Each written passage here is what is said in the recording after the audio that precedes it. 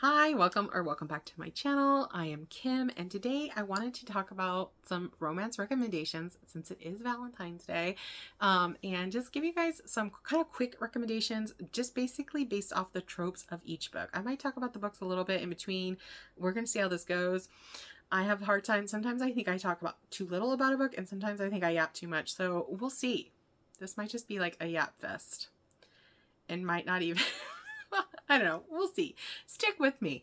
I'm going to give you a lot of good romance recommendations, and I'm going to let you know what like the main tropes are in them. I liked all these books I'm about to recommend. Obviously, I think they all range from like, I think pretty much most of them are 4 or 5 star ratings for me. Maybe there's a couple like 3.5, but they're all good, all fun. I enjoyed all of them. So I wanted to kind of try to like group tropes together, but it's kind of hard because like a lot of these have like multiple tropes in it. So you know what? Might be a little all over the place, but you know, I don't know. If you're here for organization, maybe not the best place to be. Okay, let's start out with a trope that I typically hate.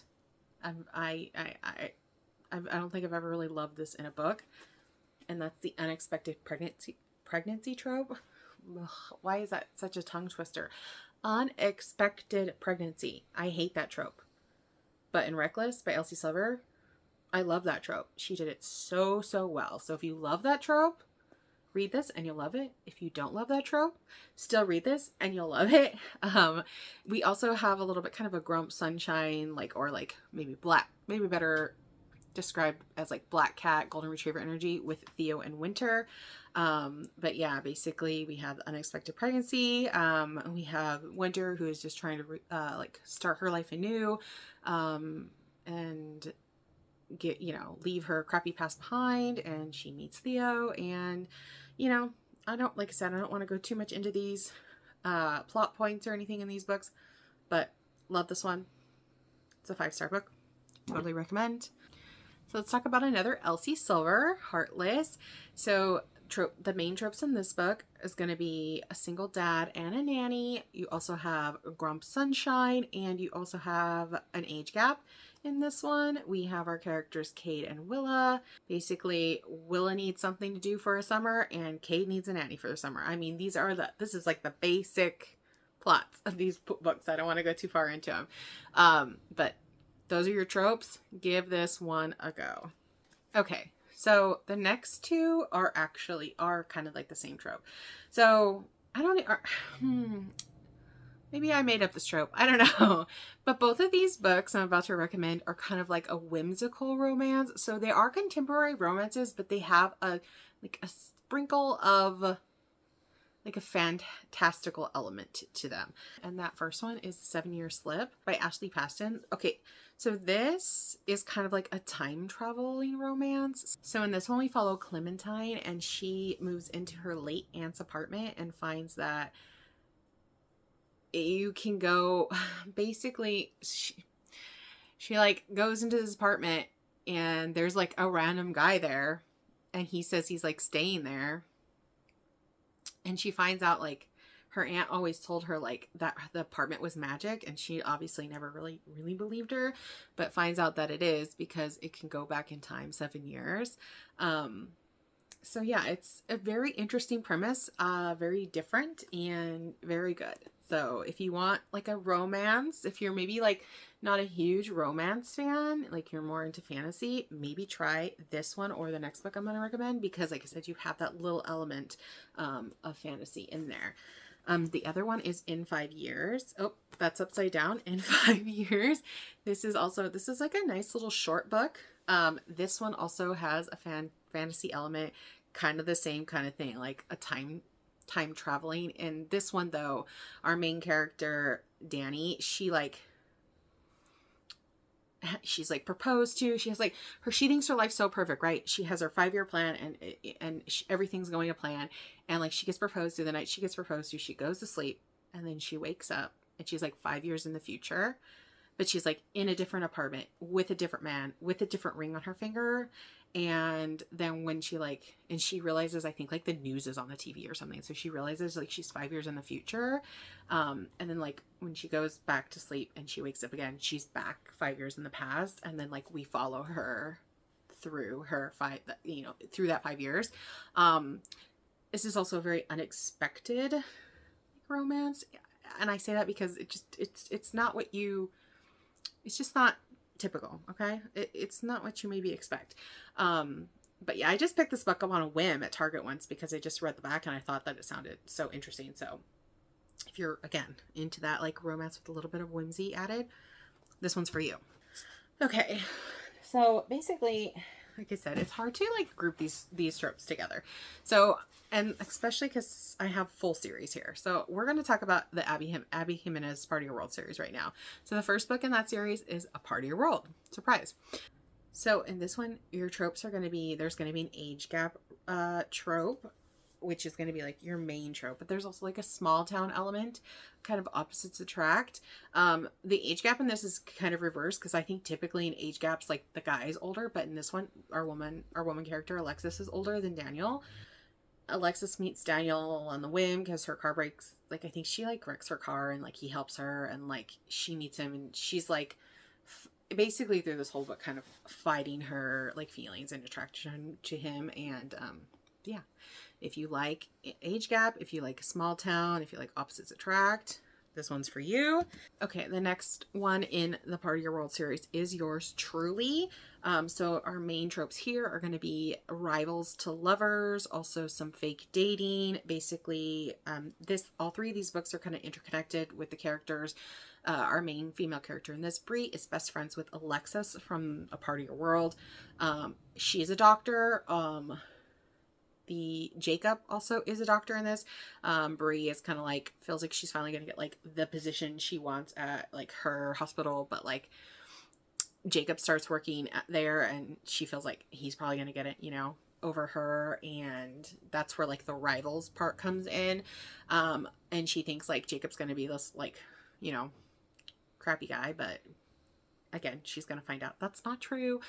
This book has really great mental health representation. Jacob suffers from anxiety and panic attacks. And I really love that tidbit. He's a very, like, I loved Jacob.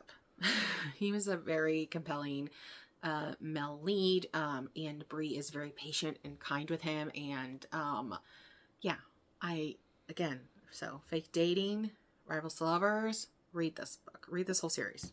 And then the last book in this series is just for the summer. This one doesn't, I guess like maybe a summer fling, maybe the trope. This is like, we're going to date to break a curse kind of thing. So our main characters here, okay, Justin and Emma, they both like feel every time they date someone, that someone goes on to find like the love of their life. Okay. Like they're, they date them, then they get married or whatever. Right. So they feel like they are both cursed, like that they're never going to find the love of their life because like, they're just a means for other people to find theirs. So I forget kind of how they meet, but like, anyways, I don't know. I can't really remember how they find out this information about each other, but they find out this information. So they're just like, you know what? Why don't we date each other? Let's date each other for the summer. And then we'll be able to we're going to go find the love of our lives.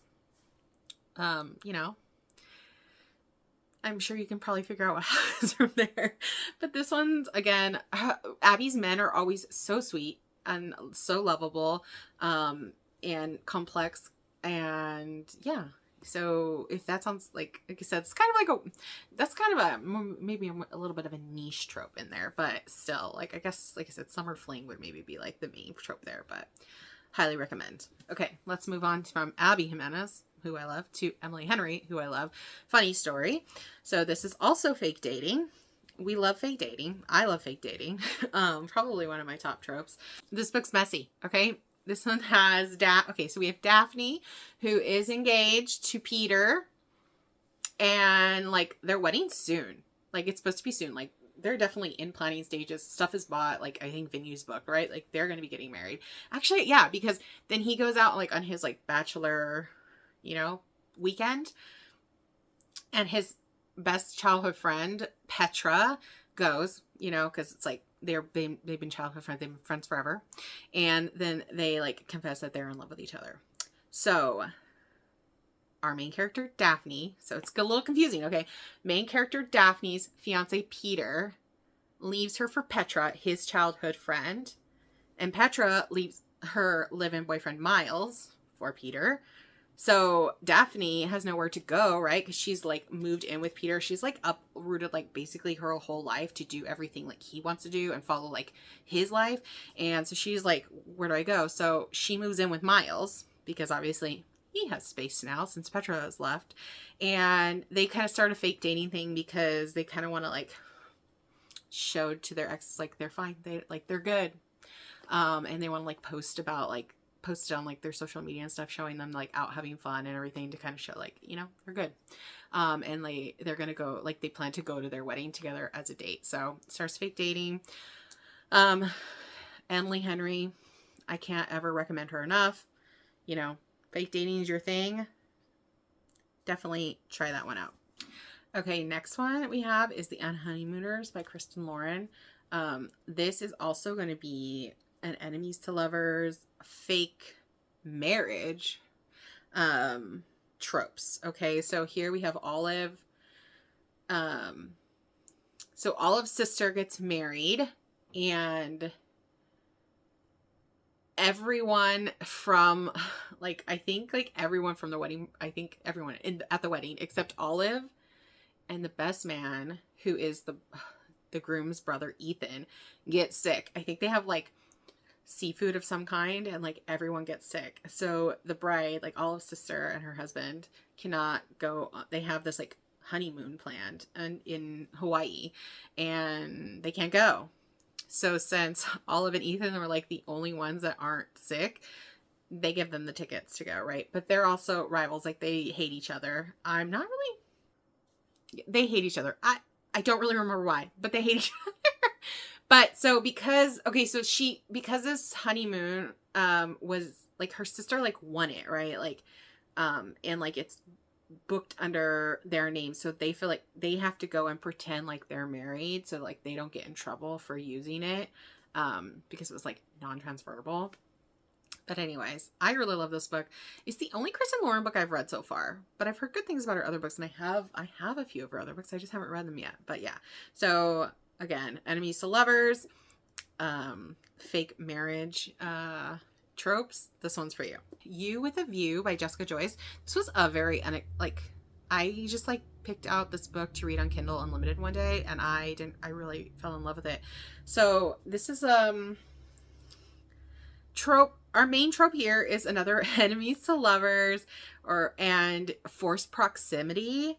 Okay, so like Noelle's like life's not like going the best, right? She's unemployed. She's like living with her parents, and she just lost her grandmother. And her grandmother were like very close. And she finds like these love letters that her grandma left, and finds out like her grandmother had like this whole like love of her with this guy, and she wants to like find out who he is. So she like posts about the letters on social media to see if she can like find out who this guy is. I think there's like a photo too. And come to find out, it's her like high school rival Theo's grandfather that like had this like relationship with her grandmother, right?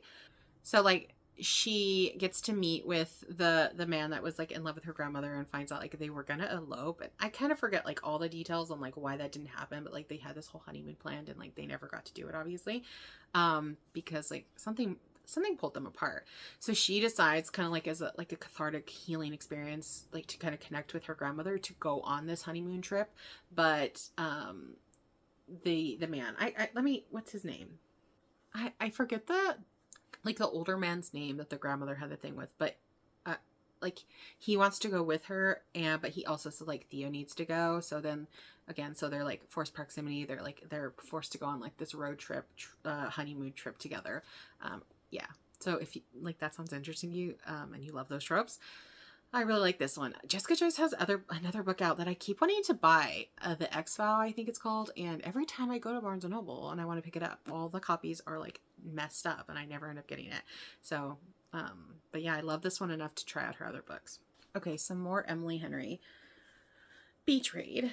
So this one is also kind of like a rivals to lover. I think that's like Emily's favorite trope to write because she does a lot of rivals to lovers. So there's also a little bit of a grump sunshine. So if you like that as well, I recommend this one. So this we have Augustus and January. So they're both writers. Yeah, so January writes romance books, like best-selling romance books, and Augustus writes like literary fiction. So they're like kind of like, I don't know, kind of like look down a little bit. It kind of feels like they look down a little bit on each other's like form of writing. Anyways, like end up ending up like in beach houses next to each other, and like kind of like agree like he'll write like a romance and she'll write like a literary fiction. So like they're obviously like not happy that they end up at like as neighbors basically, but they kind of like strike up a deal because they're like both in like writing slumps, and so they strike up a deal where like Augustus will agree to write something happy and she'll agree to write like a literary fiction, like the next great book. And like they're going to do, she's going to like take him on field trips to like help him, give him inspiration for a romance. So kind of like dates and basically and stuff like that. And then he takes her on these interviews because he's like working on a book about like a cult or whatever. And so he's going to take her on these interviews to like interview these like ex-cult members and stuff like that.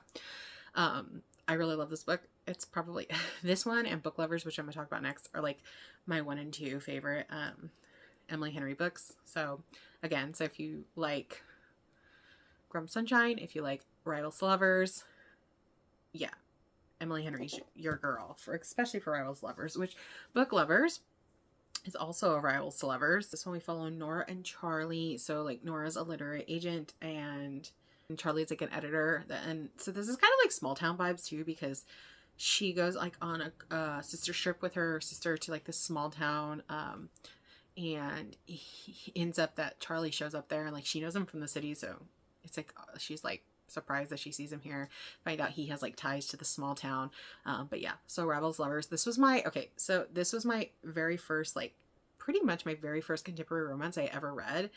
And now I've read a lot because I give it to this book, because this book showed me that I used to like have this very bad stigma about contemporary romances, like that they weren't for me and like I didn't like them. And then I read Emily Henry and I was like, oh wait, I do like them. And you know what? I don't care if people, I don't know. I don't care what people think that of what I read. I'm going to read what I like. And then that just started like this journey of reading contemporary romances, and it's like probably my most read genre now besides fantasy, which, well, romantasy, which also has romance. So anyways, Emily Henry. I always suggest Emily Henry for anyone trying to start out in the contemporary romance world. Like if you're not too sure if you'll like it or not, like give Emily Henry a shot, because I think she's a great introduction. She's like kind of like, she's just got the formula down. Okay. The Charm Offensive. This is kind of like a workplace romance. It's also a male romance. So this is main character Charlie. I think it's another Charlie. Charlie seems to be, I think, is a popular. We've got Charlie and Dev. Okay, so Charlie is a contestant on like basically a Bachelor like show, and Dev is like his handler, like, and kind of like a producer and like his handler behind the scenes. And Charlie's very like kind of awkward and everything, so Dev has to try to like coach him to be like more comfortable in front of the camera, more comfortable around the girls and everything like that. So this is like a really cute romance. But yeah, workplace romance, it's basically where I would put this for the trope. Definitely give this one a shot. Okay, the next one I want to talk about is The Fake Out by Sharon Peterson. So this I read on KU, and it was very surprised. I was like very surprised how much I liked this, and it has no spice. Okay, so if you don't like spice, here you go too, right? This is a fake marriage, Grump Sunshine. So here it's also kind of it's kind of sports romance adjacent, because so we have May, she's a librarian, and we have Chris, who's in like the NFL. He's like an NFL star. Okay, so they kind of like meet by chance. Like he's just like at her library and he just like strikes up a conversation with her and wants to like start like, he just wants to be friends with her, right? He wants to like read books with her. And he kind of has like this scandal kind of like he's like seen as like this like goody two shoes, like, you know, very clean cut image in the NFL. And but like these photos, like these random photos of him with this like random woman in Vegas like come out, so it kind of like starts to feel like it's kind of like bad PR basically. So to kind of like get his image looking better, he approaches May to be like in a fake marriage, and like they have like a contract made up and everything, right? So she'll be paid, and like she has like her mom like medical bills from her mother that she like needs help paying, so like she agrees to it. I really liked this book. So yeah, if you like any of those tropes, I think this one's good for you. She's like very like black cat energy too. He's like golden retriever, which I love that that little dynamic in these books as well. Okay, the next one I want to talk about is a series. It's kind of like, it's technically like, it's these two books, a novella, and then there's also two other books like within the like universe of it. But I'm just gonna talk about these because I feel like you could just read these two, and that's gonna be Him and Us, and this is from the writing duo of Serena Bowen and Elle Kennedy. I've talked about them before. So in this, you're gonna have basically kind of friends to lovers. So we have our main character Ryan, which I think he goes by like Wes in the books because he's like Ryan Wesley is his name. So Ryan he is he's gay, and his best friend is Jamie, the other character in this, and they've like been really close at like, they see each other like every year at hockey camp, and they've always been really close. But like then they have like this like kind of drunken bet that kind of goes maybe a little like, Wes is worried that it went like a little too far and like maybe like scared Jamie off. And so like they kind of like don't talk anymore because he feels like he like kind of screwed up their friendship. But then like when they're in college, their hockey teams are going to like play each other. So they're going to like see each other for the first time in years. And Wes feels like maybe he can finally like apologize to Jamie, like putting him in like this awkward position with this bet that they had. And like, you know, maybe Jamie starts questioning things about, you know, his sexuality. And they end up at coaching at a hockey summer camp. So it's kind of like a little bit of forced proximity too, because like they room together. So forced proximity, friends to lovers. I really like sports. It's a sports romance, obviously hockey. Yeah, I really liked this little duo. Like again, I like all the books in the series. But yeah. So if those are in your, you know, up your alley, give these ones a shot. This writing duo is always really good. Another male romance, The Jock by Taubauer. Your tropes here are going to be like it's a college romance, a little bit of forced proximity, a secret relationship. Wes and Justin, so they are like at a summer abroad program. Like that's how the book starts out. They're on a summer abroad program in like Paris, and they're roomed together. And Wes, who is the like star tight end of his college football team, a closeted gay character. Obviously it's like his like where their college is in Texas, you know, he's scared to come out. I think we can all get probably why, right? So, but Justin is like an out gay dancer. And he also goes to the same college. But anyway, so they're at this like summer abroad program for French, to learn French in France, right? And they have like their own relationship there, right? But they feel like it's only they can openly have that relationship there because they feel like, you know, no one from home is gonna like see them and know they have this relationship, right? So it's like, and they feel like once they go back, it's done, right? They're not gonna have this relationship anymore. But obviously they're like pulled toward, like they're drawn to each other and they want to keep it. So this book hits hard on the emotional level, in my opinion. And I really love it. Like I love Taubauer's writing. There's another book in the series called The Quarterback, which I also like. And I'm actually reading a Taubauer book right now called You and Me. Yeah, he does like the male romances really well, in my opinion.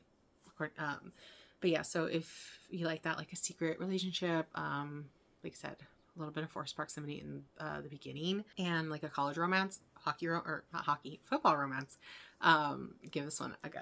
Okay, now we're gonna get into some like a couple darker romances right now. So the first one is Lights Up by Nevessa Alan. This book blew up last year. So this is going to be a dark romance. This is going to be like cat and mouse. It's going to be like tropes, like to turn die vibes. And like like a little bit of stalking. But also golden retriever vibes for our female character, which is what I really loved. Like I really loved about this book is that it's like dark romance, and like the themes lean to like dark romance. The spice leans to like, you know, leans on that side. But like Josh is just like this little like is just like this golden retriever like main male character, and I really loved him. But yeah, so dark romance, if dark romance is your thing, or if like I said, like the cat and mouse, like all those vibes, really give this one a shot. I know that like a lot of people compare this to, or I guess I compare it to kind of like Butcher and Blackbird, but I didn't like love Butcher and Blackbird as much. Like I felt like this book did this kind of like vibe better. But yeah, so if you like, again, dark romance, those kind of vibes, give this one a shot. It's good. Okay, so the next two books we're going to talk about are Why Choose books, and they lean on like the dark romance side. And the first one is, if you know me and you know anything I like, you're not going to be surprised, is Flock by Kate Stewart. This is a trilogy, the Ravenhood series. I talk about it all the time. I recommend it to like anyone that I feel like would, you know, this would be up their alley. So this is a Why Choose, like I said, dark romance. I don't like to say it. This is like, oh, this is a very like hard book to describe. It's a very hard book to like to explain without like going too much into it. So like I don't really like to go into it, but like I said, if you're okay with a Why Choose and you want like a wild ride, okay, a roller coaster of emotion, then read this whole series. Okay, just do it. Just do it right now. Just make it your next read. Okay. I'll never ever stop praising this series. The series praises. I'll never stop talking about it because I love this series so much. But yeah, so Why Choose vibes. Do this one. Read this one. Okay, another Why Choose. And actually, like I've talked about this one a little bit in like when I was ranking all my books, ranking all my books from last year video. But other than that, I've never really talked about this because this book is like, I don't know. It's almost like I like it, and people might think I'm weird that I like it. So this one's called Break the Girl. This is also a trilogy. This is also a Why Choose, college romance, hockey players. This is also a bully romance. So if you aren't into that, do not read this book. Okay. Because the first book is heavy on the bully romance side. Okay. There's something that happens in this book that is very shocking, and yeah, so this is definitely dark. Okay, the dark romance. Our main female character is trying to figure out figure out a mystery. I don't want to go too far into it, like of something that happened with her sister. Okay, so while she's trying to find information to figure out the thing that happened with her sister, she gets caught breaking into a fraternity house that like most of these like hockey players live in, and they catch her, 3 of them. And she doesn't want them to know what she was doing, and since she won't, they kind of think like a rival team like sent her to like spy on them or find like something on them. Anyways, and she doesn't really want to tell them what she's doing, and like she's kind of had some trouble with the law before, so like she doesn't want to be reported for it. So like they make a deal with her where basically like she's got to do like whatever they say. Yeah, dark romance. Why Choose? I recommend it. I really want someone else to read this, to talk to me about it, because I want to talk to someone about this. I actually told my sister about this whole book because I needed to talk to somebody about it, and I didn't think she would read it. So I was like, whatever, I'm just going to tell her. But yeah, this is a good, interesting series. I will just say that. Okay. Okay. And like, those were like the darker romances. And basically now I have like a bonus one at the end, but the rest, I'm just going to be talking about the Mile High series because, again, if you know me, you know that I love the Mile High series. This is a sports romance series. The very first sports romance series I ever read and made me fall in love with the genre. So we'll just kind of like go through the tropes, all right, of each of them, because I'm gonna always recommend all of this whole series. Last book comes out this year. I am beyond excited. So the first one is Mile High. Okay, the author here is Liz Tom Ford, and this is the first book of the series. And this one we have kind of like a workplace romance, because we follow Stevie and Xander's. Xander's is a hockey player and Stevie is a flight attendant, like on their like team jet. So it's kind of like a workplace romance in that sense. It's also like forbidden relationship, because they're not allowed to like fraternize between, you know, the players and like the staff. Something I love about this book is there's plus size main female character. Stevie's plus size girl. This book, like I said, this book made me fall in love with the series. I know this isn't a lot of people's favorite. Like, people love this series. So I think the series is pretty beloved, but this is typically people's least favorite. And I don't know, for me, it's like my favorite. And maybe it's just because it like introduced me to this like sports romance genre that I love so much now. So it's like just special in my heart for that reason. But yeah. This one's fun. It's a fun book, okay? Read it. The second book in that series is The Right Move. Okay, so this is a basketball sports romance. We have fake dating in this one. Kind of like a Grump Sunshine. No, for sure Grump Sunshine in this as well. We have Ryan and Indy in this. So Ryan is Stevie's brother. Indy is Stevie's like good friend. But yeah, so Indy basically needs somewhere to stay, and she moves in with Ryan. So we also have forced proximity. We got a lot of little tropes in here. So right, like again, so what did I say? Forced proximity, Grump Sunshine, fake dating, right? This one is a lot of people's favorite of the series, and I can see why. Ryan Che is he's a good book boyfriend. There's also like some really cute quotes in this book that I love. So yeah, if those are your vibes, try this. Like I said, I recommend reading this whole series together, because it also has a really cute like found family, or like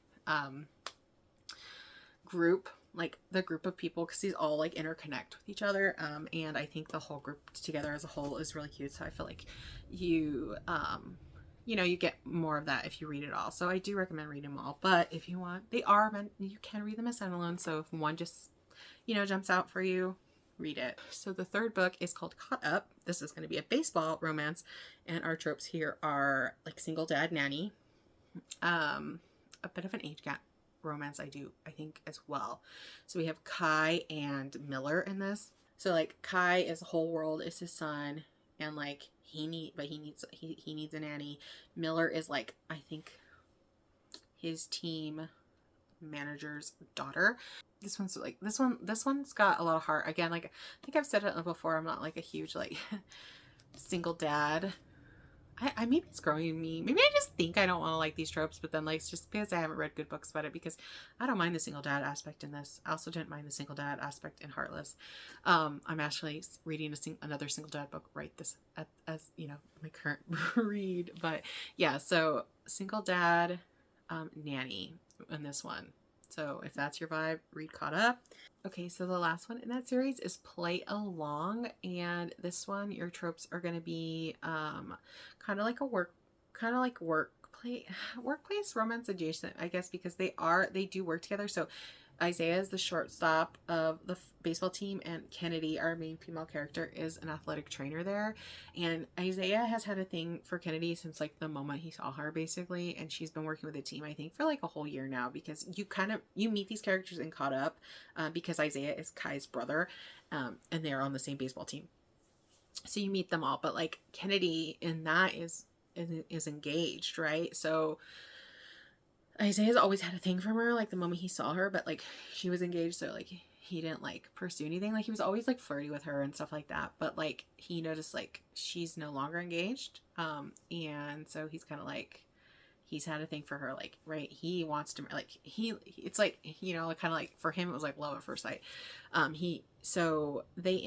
both end up in Vegas. Like Kennedy is there for like her sister's bachelorette party, and like I believe Isaiah's there because like he's on a boys weekend with like some of the other players like before the season starts or something like that, and so they like end up meeting there, and like she wants to get like, I think she wants to like get out, like she does not want to be there because also because like her sister is marrying her ex-fiance.